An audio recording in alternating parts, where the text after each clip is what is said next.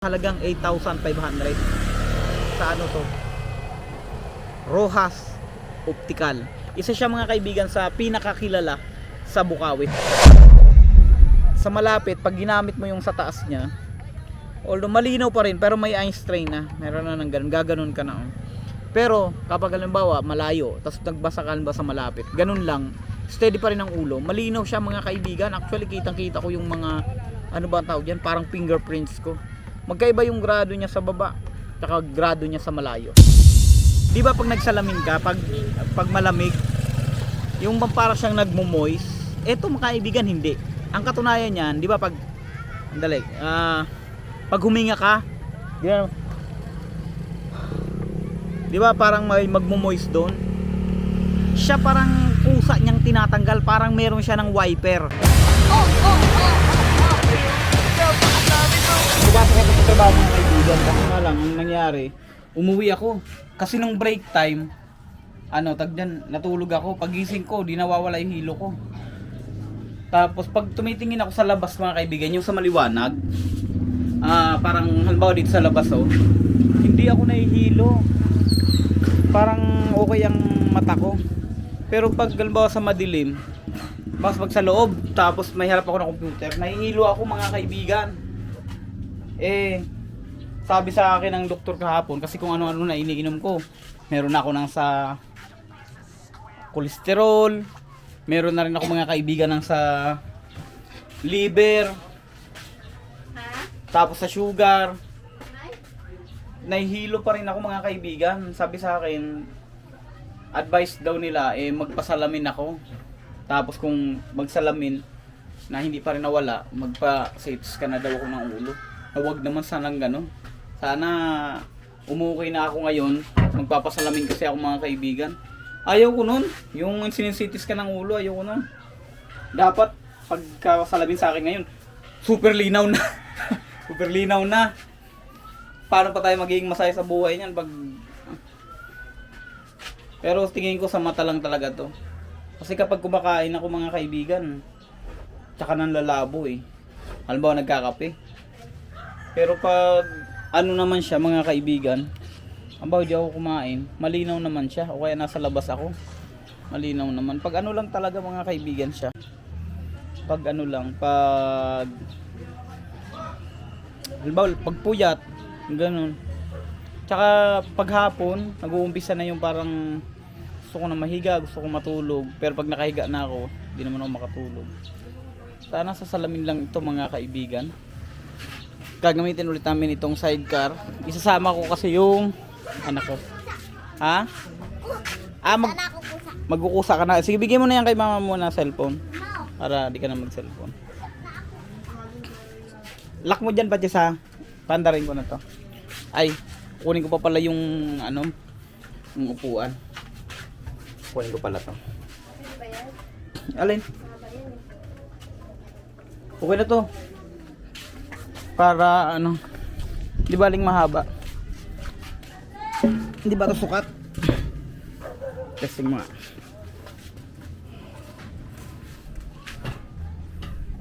Di kasya. Pag dyan. Sige dyan. Diyan mo ilagay. Ayan. Gusto nyo isa pa para mayroon pa kayong patungan ng paa? Ako na makuha. Itong isa. Ilalagay din natin itong mga kaibigan.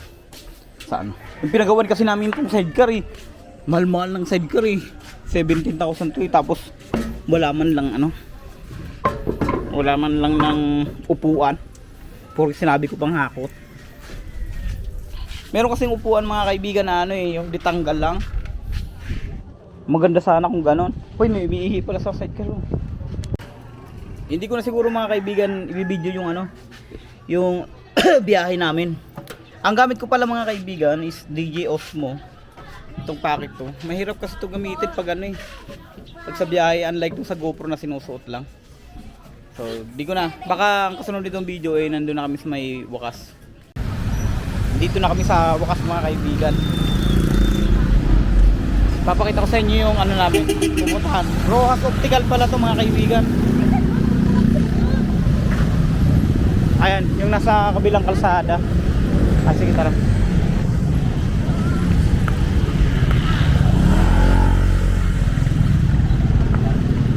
Yan ba yun? Yung Rojas Optical. Ay, video din natin yung loob. Ay, baliktad.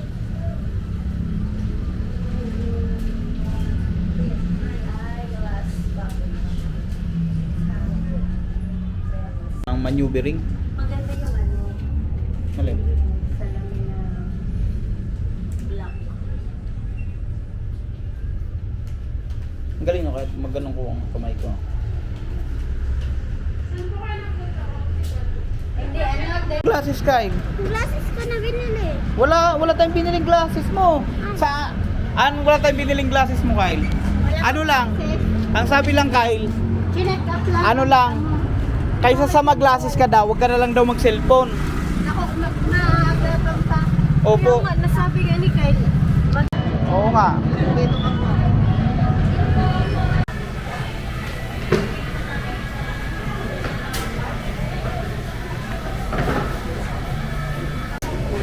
Dito kami ngayon mga kaibigan sa mga Jollibee. Tanghali na rin kasi 12:51 na. Galing kami dito sa ano ba tawag yan? Galing kami dito sa Rojas Optical. Kumuha kami ng kasukat ng salamin. Kaso nga lang tawag doon, babalikan pa siya after 5 days or 7 weeks. Next week siguro. Ngayon kasi Friday. So ang mangyayari mga kaibigan, next Friday pa makukuha yung salamin. Inabot mga kaibigan ng 8,500 ang dinastos natin sa pagpapasalamin. Tapos 300 mahigit naman para din sa pamata. So, yan, mga 8 gano'n. Yun ang nagastos natin mga kaibigan. 12.52 na pala, akala ko 12. So, tatry kong kontakin yung boss ko kung papayag ba. Huwag na lang ako pumasok mga kaibigan kasi pagod na rin ako. Pagod na rin yung ko. Pagod na rin ako sa biyahe. Tapos parang di ako aabot na. Kung babiyahe pa ako, kakain pa lang kasi kami. Baka mangyari, alas 2 na ako makarating sa trabaho. So, wala. Tatry ko ngayon mga kaibigan. Baka mahulog gusto. Walang stand to. Hindi ko siya na... Hello! Opo. Asan tayo, Kyle? Saan Andito tayo? si Jollibee! Opo. Andito si Jollibee! Andito kami! Help me! Help me! Andito na kami, oh. Diba? Nakita mo? Dali. Andito. Ano ba yun? Eh! Tawag tayo na. Doon ka lang sa may phone. Hello guys! Andito na kami sa Jollibee! Uy! Ang galing! Uy! Galing! Wow! Balloons! Wow! Lumilinis oh! Lumilinis! Lumilinis, diba? Hello! Hello me! May chicken nuggets ba yan? Ha? May chicken nuggets yan? Ano yan? Ba't nakaganyan na? Order na ako ng chicken nuggets. Hey. Hala! Saan yung ano ko? Alin? Chicken nugget! Wait lang. Okay na. Kukontakin ko. Pero mamaya-maya ako na siguro kontakin ng boss ko pakakain natin. Dalawang binili mo? Naalin? Dalawa? Isa lang. Wala silang laruan eh. Ha?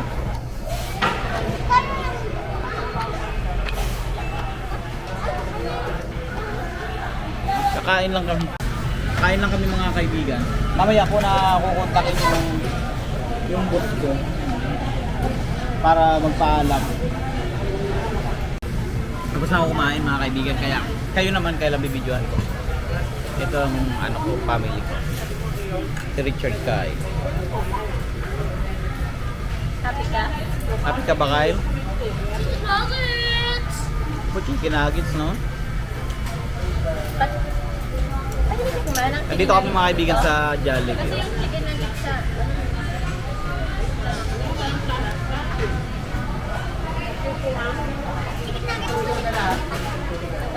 Mabuti hindi na ito naka-reverse. Nung nakaraan naka-reverse to eh. Yung pag pinindot ko kaliwa, nagpunta sa kanan. Masarap to. Ano ba yan?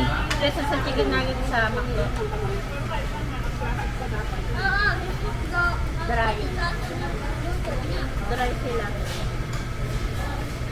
Picture ka kain. Hindi na, pa-picture ka. Oo. Pa-picture ka. Kabaya. Picture ka. Mango. Isa pa. Okay na, muso.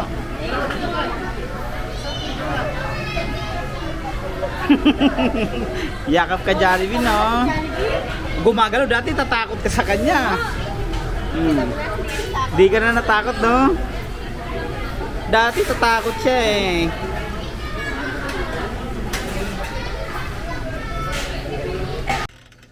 Ngayon naman mga kaibigan, today is March 5. Hey! March 5 ba ngayon, Pratches? Basta ano ngayon, pang-anim na araw simula nung nagpasukat ako ng salamin sa mata, nagpa-check up sa mata. At ngayon ay pupunta kami ulit sa Rojas Optical. Kasi kukunin na namin yung akin salamin sa mata. Ang gagamitin namin mga kaibigan na motor ay yan. Yung ano namin, yung Evo 150 ng Motopush. Ito mga kaibigan. Hindi na namin isinara mga kaibigan yung tindahan. Iwanan na lang namin yan na ganyan na nakabukas. Pero may lock naman doon sa ano. Pero at least kita. Ito, tama na yan na meron ng ano. Meron ng cover. Alin na kayo? Nagdala ka cellphone? Andito na kami ngayon mga kaibigan sa Rojas Optical. Ayan o. Kukunin ko na yung salamin ko.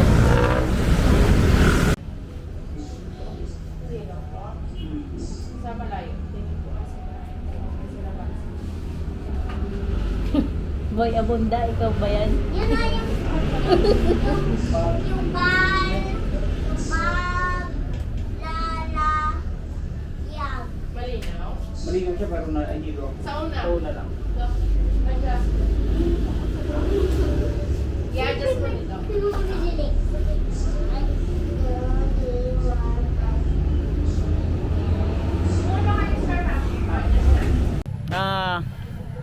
Ang bili ko dito mga kaibigan sa salamin ay 8,500.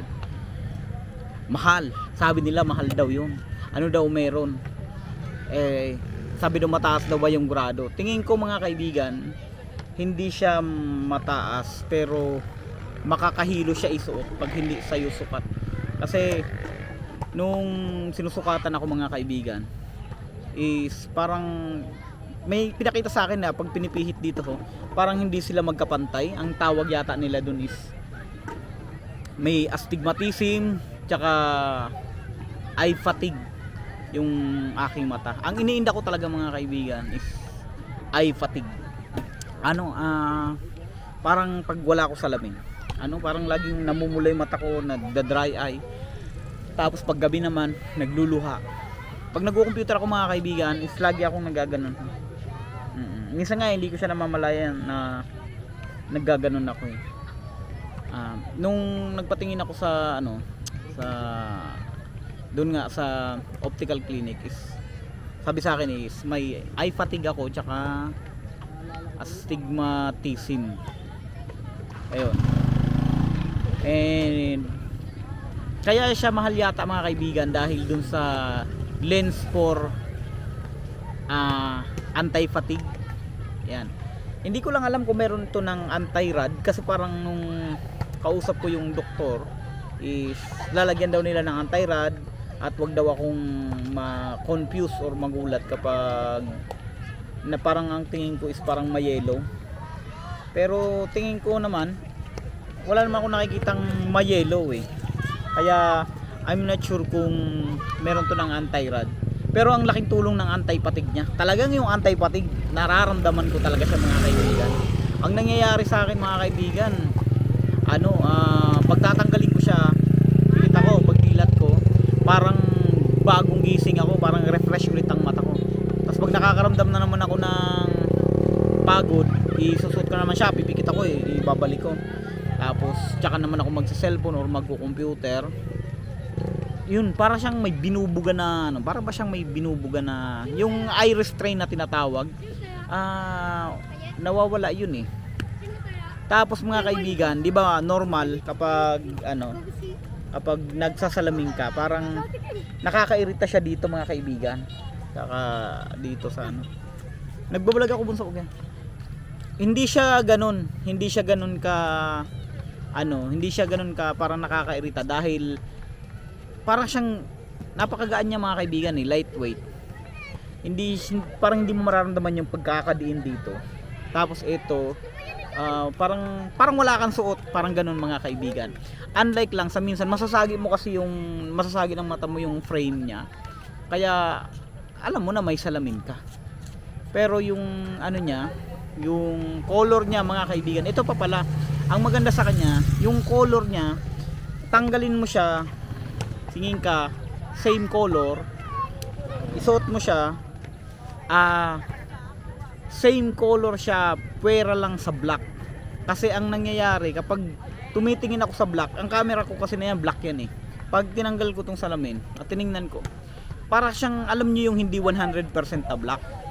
Pero kapag suot ko siya mga kaibigan, yung black niya is talagang black na black. Yun ang nakikita ko lang difference nito. Hindi naman siya actually vibrant. Vibrant. Sa black talaga siya eh. Sa black ko siya napapansin na parang naiiba. Tapos mga kaibigan, di ba pag nagsalamin ka, pag malamig, yung parang siyang nagmo-moist, eto mga kaibigan hindi. Ang katunayan niyan, di ba pag pag huminga ka, di ba parang may magmo-moist doon? Siya parang pusa niyang tinatanggal, parang meron siya ng wiper. Ang ganda mga kaibigan, meron siya ng wiper. Kaya ako na-amaze doon mga kaibigan, dahil dati pa naman mahilig na ako magsuot-suot ng salamin, yung mga tig 50, tig 100. Ayan. Kaso ang nagiging problema ko doon pang eye shield lang kasi yun eh. Ang naging problema ko doon mga kaibigan, pag malamig, nagmo-moist siya. O kaya tapos pag naman huminga ka o kaya uminom ka sa baso, syempre hihinga ka doon. Yung salamin sa mata is parang meron ng yung parang hindi eye drops, yung water drops na parang sa plastic, yung nagmo-moist nga, moist ang tawag yun, moist ang salamin. Siya tinatanggal niya, parang wala pang 2 seconds. Parang magkakaroon siya ng parang moist, biglang mawawala. Ang galing nga eh. Para kang mayroon ng mainit na pag malamig, parang mayroon ka ng heater para malinaw pa rin yung paningin. Isa yung sa nagustuhan ko. Ewan ko kung ano tawag dun sa nilagay na yon. Pero isa siya sa mga best features ng salamin na to. Magaan. Tapos hindi siya actually vibrant eh. Same pa rin ang kulay, pero nakokorek niya yung blacks tsaka whites pala tsaka blacks. Ganito pala. Yung blacks nakokorek niya, naging black na black. Yung whites naman or yung lights, di ba pag nagsasalamin ka, pag meron sa yung gabi pag umilaw, parang magkakaroon siya ng parang aura. Wala siyang ganun mga kaibigan. Wala siya nung parang sinag-sinag. Wala siyang ganun. So hindi siya nakakasin. Tingin ko nakokorek niya yung whites and nakokorek niya yung blacks. Yan. Gaan, nakokorek yung blacks tsaka whites. Hindi nakakasilaw. Tapos meron siya ng anti-fatigue. Talaga, effective talaga yun. Yun talagang pinaka nagustuhan ko. Yung anti-fatigue niya. Kala mo nagre-release siya ng gamot sa mata. Tapos meron din siya mga kaibigan ng anti-moisture. Pero wala namang sinabi sa akin doktor na anti-moisture yan eh. Pero maganda mga kaibigan. Tsaka ano talaga, tingin ko kaya may grado siya. Kaya pag nung tinesting to ng katrabaho ko tsaka ng asawa ko, parang nahilo sila. Kasi mga kaibigan, magkaiba yung ano, para siyang pag malayo, malinaw. Pag sa malapit, pag ginamit mo yung sa taas niya, although malinaw pa rin, pero may eye strain na. Meron na ng ganun, gaganon ka na. Oh. Pero kapag halimbawa malayo, tapos nagbasa ka ba sa malapit, ganun lang, steady pa rin ang ulo. Malinaw siya mga kaibigan. Actually kitang-kita ko yung mga ano ba ang tawag diyan, parang fingerprints ko. Magkaiba yung grado niya sa baba, tsaka grado niya sa malayo. Parang ang ginagawa ko nga dito mga kaibigan, nung unang araw, medyo parang nahihilo pala ako dito. Kasi parang ang lalim niya mga kaibigan niya, no. Parang akala ko ang lalim ba tawag yun? Parang akala ko makakaapak na ako. Yung pala hindi pa. Kasi nga dahil magkaiba yung nagiging distance niya, parang may zooming siya. Para siyang naka-zoom ng ilang millimeter or parang mga siguro 0.25 inches. Kaya akala ko makakaapak na ako, hindi pa pala. So delikado siya sa hagdan mga kaibigan. Sabi nga nila dapat pinakorek ko daw ito. May naisip kasi ako mga kaibigan na na dahilan nito kung bakit nagkaganito to. Alam niyo yung kaibigan yung parang nilalagyan ng dots yung sa may salamin pag susukatan na. Meron kasi siya doon ng hawak na ilaw yung doktor. Sabi sa akin, tingin ka sa ilaw. Ako naman kasi hindi ko alam bakit hindi ako tumitingin sa ilaw. Tumitingin ako sa mata niya. Kaya ayun, tapos na-realize ko lang na ang pinapatingnan niya pala sa akin yung ilaw. Uuwi na kami. Kaya sabi ko, naku, patay tayo yan.